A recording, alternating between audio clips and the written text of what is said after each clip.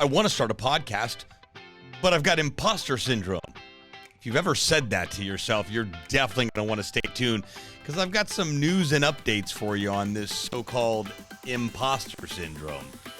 Listen, we've all been there before. We want to start doing something new that we've seen before, but we automatically start thinking, well, maybe I'm not good as so-and-so, or I'm not going to do as good of a job as that person or this person.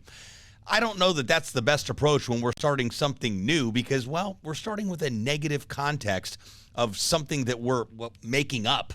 It's not even real in the first place. Secondly, how do you know that is in fact the truth? Let's unpack this. Okay, for starters, by not getting started, someone is missing out. That's right. Somebody wants to consume what you have to say. Someone wants to learn from you. Someone wants to be part of your community.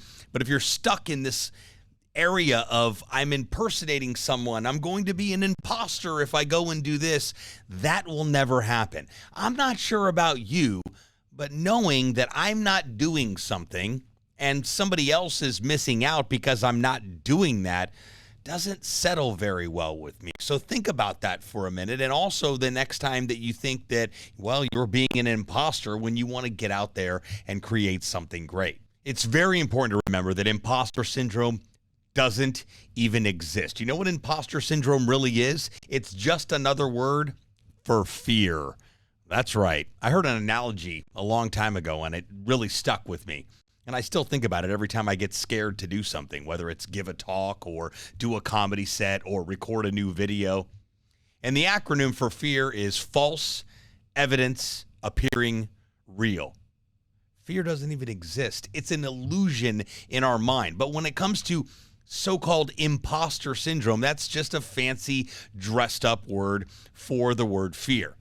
So when we take these things into consideration and realize, number one, fear doesn't even exist, and number two, imposter syndrome isn't even a thing, both things are associated with something that doesn't even exist.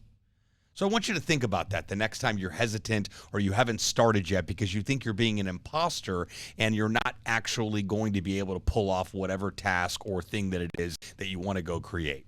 So the next time this so-called imposter syndrome, aka fear, shows up, I want you to actually tell yourself something different. Start a new conversation and say, you know what?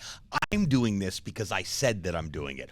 I'm doing this because I don't want someone to miss out because I'm stuck in imposter syndrome world, or I'm stuck in the world of fear, which we talked about this earlier, doesn't even exist. Now get out there and create something great, and remember, somebody wants to consume what you're going to create, and if you don't create it, well, they're going to miss out. Well, I hope you're leaving this video knowing at least one or two things that you did not know about how imposter syndrome is not real and how fear is simply an illusion. If you have any questions, thoughts, ideas, concerns about this video or any videos on the channel, please comment below. I do respond to each and every one of you lovely people. Now go, create something great.